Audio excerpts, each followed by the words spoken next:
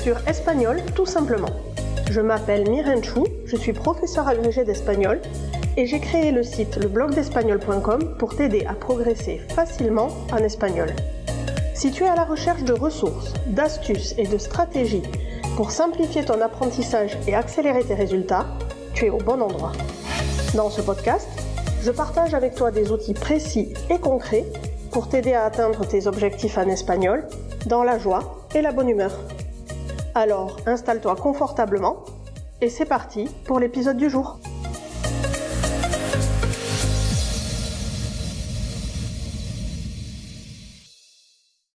Hola, bonjour, j'espère que ça va bien. Moi, je suis ravie et en pleine forme. Je te retrouve dans ce nouvel épisode d'Espagnol tout simplement. Et aujourd'hui, j'aimerais que tu te projettes dans une situation très concrète. Imagine que tu es en Espagne ou dans un pays hispanophone ou en discussion avec quelqu'un qui parle espagnol. Tu comprends ce qu'on te dit, tu suis le fil, tu es même plutôt à l'aise. Et pourtant, au moment de réagir, il se peut que tu ressentes comme un micro-blocage. Ça peut être une hésitation, tu cherches la phrase correcte, tu traduis mentalement et quand tu parles enfin, la conversation, elle a déjà avancé et tu te sens pas complètement naturel en répondant à ton interlocuteur. Si tu t'es reconnu là-dedans, rassure-toi, ce n'est pas un problème de niveau du tout, c'est un problème de réflexe à l'oral. Et c'est exactement ce dont on va parler aujourd'hui. Les réactions spontanées en espagnol, celles que les natifs utilisent tout le temps et qu'on apprend que très rarement dans le système scolaire normal classique. Dans le système scolaire classique, on apprend à construire des phrases, à répondre à des questions, à produire un espagnol correct, et c'est vrai que c'est important. Mais dans la vraie vie, on fait autre chose. On réagit. Alors réagir, ça veut dire à la fois montrer qu'on écoute, mais aussi ponctuer une conversation, exprimer une émotion, et surtout rester présent ou présente dans l'échange et, si possible, y prendre du plaisir. Le cerveau ne mobilise pas les mêmes mécanismes dans le contexte scolaire et dans le contexte d'une conversation informelle, notamment à l'oral. Ici, à l'oral, les réactions doivent être rapides, automatiques et aussi émotionnelles. Et l'idée, c'est d'éviter de passer par la traduction. Et donc, comme on n'a pas entraîné notre cerveau à faire ça à l'oral, eh bien souvent il bloque. Donc, si tu as l'impression d'être lent ou lente à l'oral, ce n'est pas une fatalité, c'est juste un manque d'entraînement et c'est juste que on ne t'a pas formé à avoir les bonnes réponses et les bons réflexes. Et c'est précisément ce qu'on va voir ensemble dans cet épisode de podcast. Donc, reste bien attentif, prends une boisson chaude, de quoi noter, et c'est parti!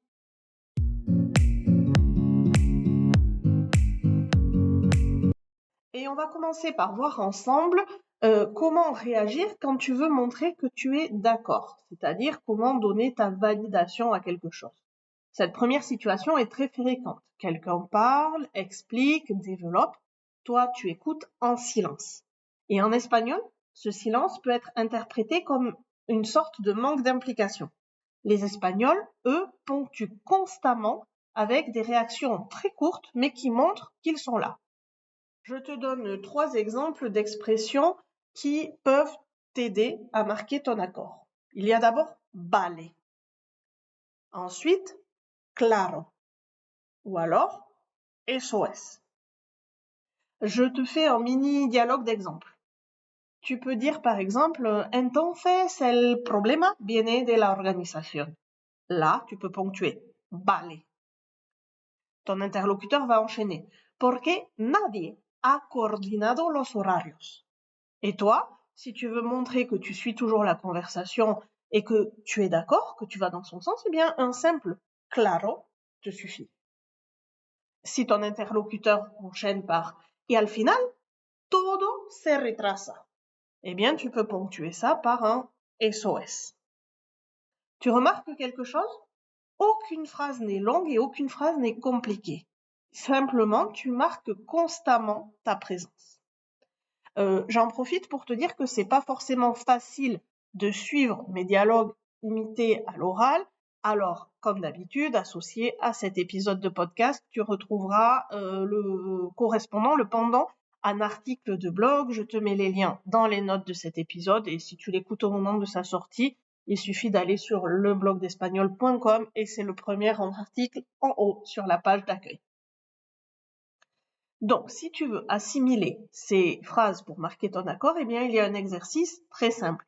La prochaine fois que tu écoutes quelqu'un parler espagnol, donne-toi pour mission de placer au moins 2 réactions courtes.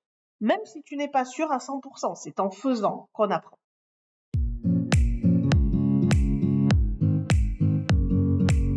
Une deuxième situation clé dans laquelle parfois on reste sans réaction alors qu'il suffit de pas grand-chose, c'est la situation de surprise. Par exemple, quelqu'un t'annonce une nouvelle. Ton cerveau veut comprendre, analyser, mais à l'oral, lui, il demande une réaction immédiate. C'est là que les expressions qu'on va voir ensemble sont précieuses. Et tu vas voir, c'est encore des expressions courtes et il suffit vraiment de pas grand-chose.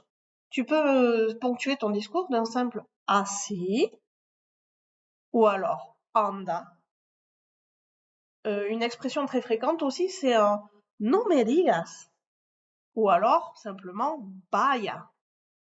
Imagine, quelqu'un te dit me han propuesto un trabajo en Valencia. Eh bien, tu peux répondre así, anda.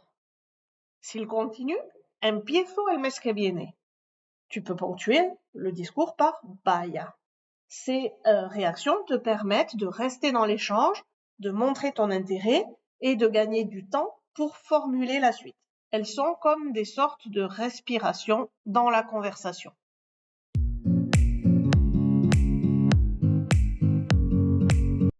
Jusque-là, on a vu des situations plutôt fréquentes, plutôt courantes et surtout positives. Mais tu vas avoir parfois besoin d'exprimer le doute ou l'agacement en espagnol et tout ça sans te censurer. On a souvent tendance à lisser son espagnol quand on est apprenant et à être trop prudent. Pourtant, le doute et l'agacement font partie de la communication. Le tout, c'est de le faire bien, sans s'énerver et sans vexer son interlocuteur. Par exemple, ça peut consister à dire « Bueno, no sé », je ne sais pas, ou alors ya veremos, on verra bien, ou alors puede ser, c'est une sorte de peut-être, on verra. Ça te permet de temporiser et de participer, même quand tu n'as pas d'avis tranché, mais que tu ne veux pas forcément complètement aller dans le sens de ton interlocuteur. Si tu veux pousser jusqu'à l'agacement, eh bien là, il faut y aller franco. Tu as 2 expressions qui sont très très très courantes en espagnol. Il y a le venga ya, difficile de la traduire, mais ça marque cet agacement. Ou alors, quand tu veux couper et mettre fin à quelque chose, il suffit de dire ya está ou ya está bien. Voilà, c'est fini, stop là, ça suffit. Ces expressions ne sont pas impolies en soi. Par contre, elles sont très contextuelles et surtout, elles sont vivantes.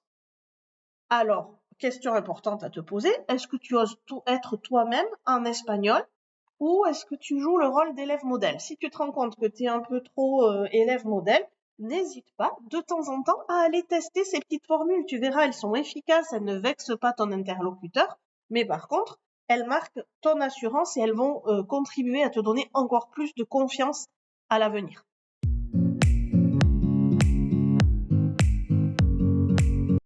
J'ai aussi envie de partager avec toi une dernière catégorie essentielle, une de mes préférées, c'est comment encourager, compatir, créer du lien.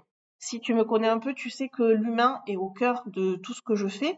Donc, si quelqu'un te parle d'un problème, d'une difficulté, d'un stress, eh bien, tu n'as pas besoin d'un discours complètement élaboré pour montrer que tu compatis. D'abord, tu peux mentionner un simple ánimo. Ça veut dire courage. Ou alors, no pasa nada, c'est rien, c'est pas grave. Et tu as aussi la structure ya verás, qui littéralement se traduit par tu verras, mais associé à no pasa nada. Ya verás, ça veut dire un petit peu que le temps arrangera les choses. Et ça suffit. Ces réactions créent de la proximité. Elles montrent que tu n'es pas juste quelqu'un qui parle un peu espagnol, mais quelqu'un qui échange véritablement en espagnol.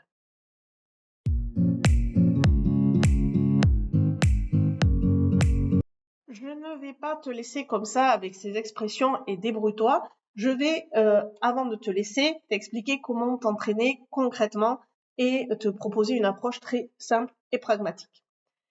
Ne cherche pas à tout apprendre. Choisis une réaction par catégorie et décide consciemment de l'utiliser. Même si ce n'est pas parfait, même si l'intonation n'est pas idéale, la fluidité vient après l'usage, jamais avant. Rappelle-toi, mieux vaut une réaction simple au bon moment qu'une phrase parfaite, très élaborée, mais trop tardive. Une fois que tu auras bien assimilé ces premières expressions, reviens ici, pioche-en d'autres et vraiment mécanise-les, révise-les, automatise-les. Et c'est seulement quand tu en maîtrises quelques-unes que tu peux passer à la suite. Quoi qu'il en soit, les réactions spontanées sont la porte d'entrée vers l'oral. Elles te font sortir du mode scolaire et te ramènent dans le vivant. Si tu as envie de construire ces réflexes sur la durée et d'apprendre des phrases vraiment idiomatiques, c'est-à-dire celles qui n'ont pas de traduction littérale et qui sont souvent utilisées en espagnol, j'ai créé le défi de basique à authentique. C'est 100 jours, 100 expressions idiomatiques. Tous les jours, tu reçois dans ta boîte mail une expression avec son illustration, son origine, des exercices pour réviser l'expression de la veille. Et en 5 minutes, par exemple, en prenant ton café, tu crées une véritable routine tout en rendant ton espagnol plus naturel, plus fluide et plus confiant. Tu trouveras le lien vers les informations dans la description de l'épisode. Moi, je te dis à la semaine prochaine. En attendant, souviens-toi que tu n'as pas besoin de parler parfaitement pour parler naturellement. Cuídate y hasta pronto.